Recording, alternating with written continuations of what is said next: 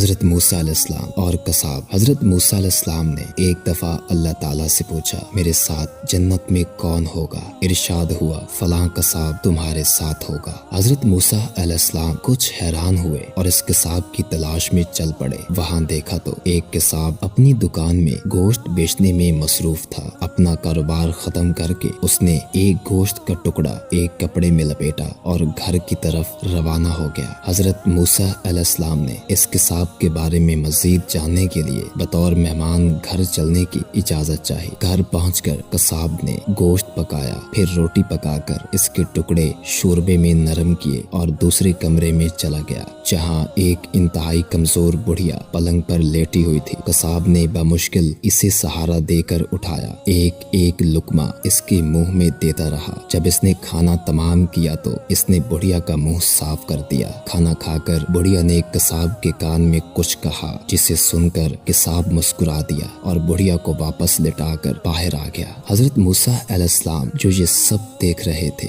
آپ نے قصاب سے پوچھا، یہ عورت کون ہے اور اس نے تیرے کان میں کیا کہا جس پر تو مسکرا دیا؟ قصاب بولا، اے اجنبی، یہ عورت میری ماں ہے۔ گھر پر آنے کے بعد میں سب سے پہلے اس کے کام کرتا ہوں تو خوش ہو کر روز مجھے یہ دعا دیتی ہے کہ اللہ تعالیٰ تجھے جنت میں حضرت موسیٰ علیہ السلام کے ساتھ رکھے، اور میں مسکرا دیتا ہوں کہ میں کہاں اور موسیٰ کلیم اللہ کہاں۔ تو دوستو، امید ہے آپ کو ہماری آج کی ویڈیو اچھی لگی ہوگی اور آپ کی معلومات میں اضافہ ہوا ہوگا۔ تو اگر آپ کو ہماری ویڈیو اچھی لگی تو ہمارے چینل کو سبسکرائب کریں اور ساتھ موجود بیل آئیکن کو پریس کریں تاکہ نئی آنے والی ویڈیوز آپ کو ملتی رہا کریں۔ اپنا اور اپنے پیاروں کا خیال رکھیے گا۔ مجھے دیجیے اجازت۔ Thanks for watching. اللہ حافظ۔